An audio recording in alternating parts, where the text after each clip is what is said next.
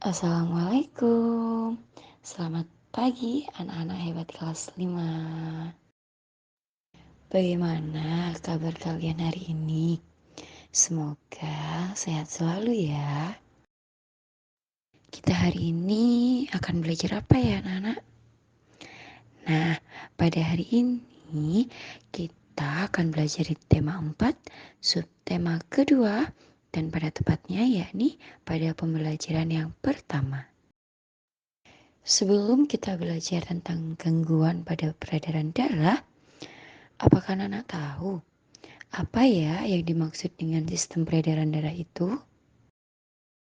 Anak-anak, sistem peredaran darah manusia berperan dalam menyalurkan berbagai zat penting, seperti nutrisi dan juga oksigen, yang berasal dari jantung menuju ke seluruh tubuh. Kemudian, apa saja ya sistem peredaran darah manusia itu? Yaitu terdiri dari jantung, darah, dan juga pembuluh darah. Gangguan pada sistem peredaran darah yang pertama adalah anemia. Gangguan ini disebabkan oleh rendahnya kadar hemoglobin dalam darah.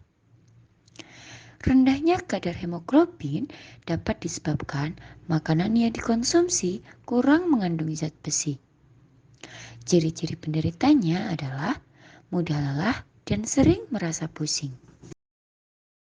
Adapun gejala pada seseorang yang menderita anemia adalah tubuh terasa lesu, muka pucat, dan juga kepala merasakan pusing. Kemudian, bagaimana ya cara mencegahnya? Nah, yang pertama, banyak mengkonsumsi sayur. Yang kedua, istirahat yang cukup. Dan yang ketiga, olahraga teratur. Berikutnya adalah jantung koroner, yaitu suatu gangguan jantung yang disebabkan oleh penumpukan lemak darah atau kolesterol pada arteri koronaria. Apa ya gejala dari penderita jantung koroner? Yakni yang pertama, dada terasa sakit. Kedua, rasa sakit pada bagian lengan dan punggung. Ketiga, nafas terasa pendek. Dan yang terakhir, kepala mudah merasa pusing. Lalu, bagaimana ya cara mencegahnya? Yang pertama, olahraga dan istirahat secara teratur. Kedua, menjaga pola makan sehari-hari. Ketiga, menghindari minuman beralkohol. Keempat, menghentikan kebiasaan merokok. Kelima, menghindari stres berlebih. Dan yang terakhir, menjaga berat badan. Gangguan berikutnya adalah stroke, yaitu suatu penyakit yang menyerang bagian saraf pada otak yang disebabkan oleh penyumbatan atau pecahnya pembuluh darah. Gejalanya yaitu peningkatan tekanan darah secara mendadak, kesemutan, cara bicara yang tidak jelas, kelelahan tiba-tiba, dan diplopia. Bagaimana ya cara mencegah agar tidak terserang stroke? Yang pertama, menjaga pola makan. Kedua, menghindari rokok dan alkohol. Ketiga, olahraga secara teratur. Keempat, istirahat yang cukup. Dan yang terakhir, menghindari stres.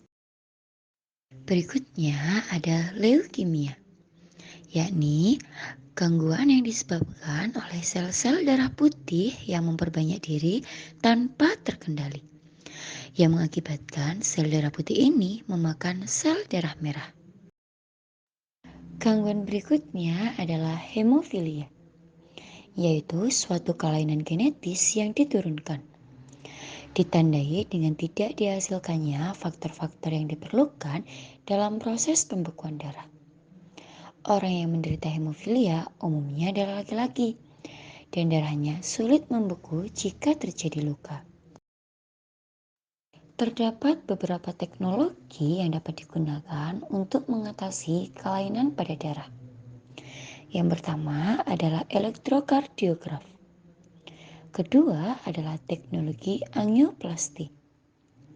Ketiga adalah transplantasi jantung. Keempat adalah teknologi terapi gen. Kelima adalah radioaktif scanning. Dan yang terakhir adalah teknologi patchmaker.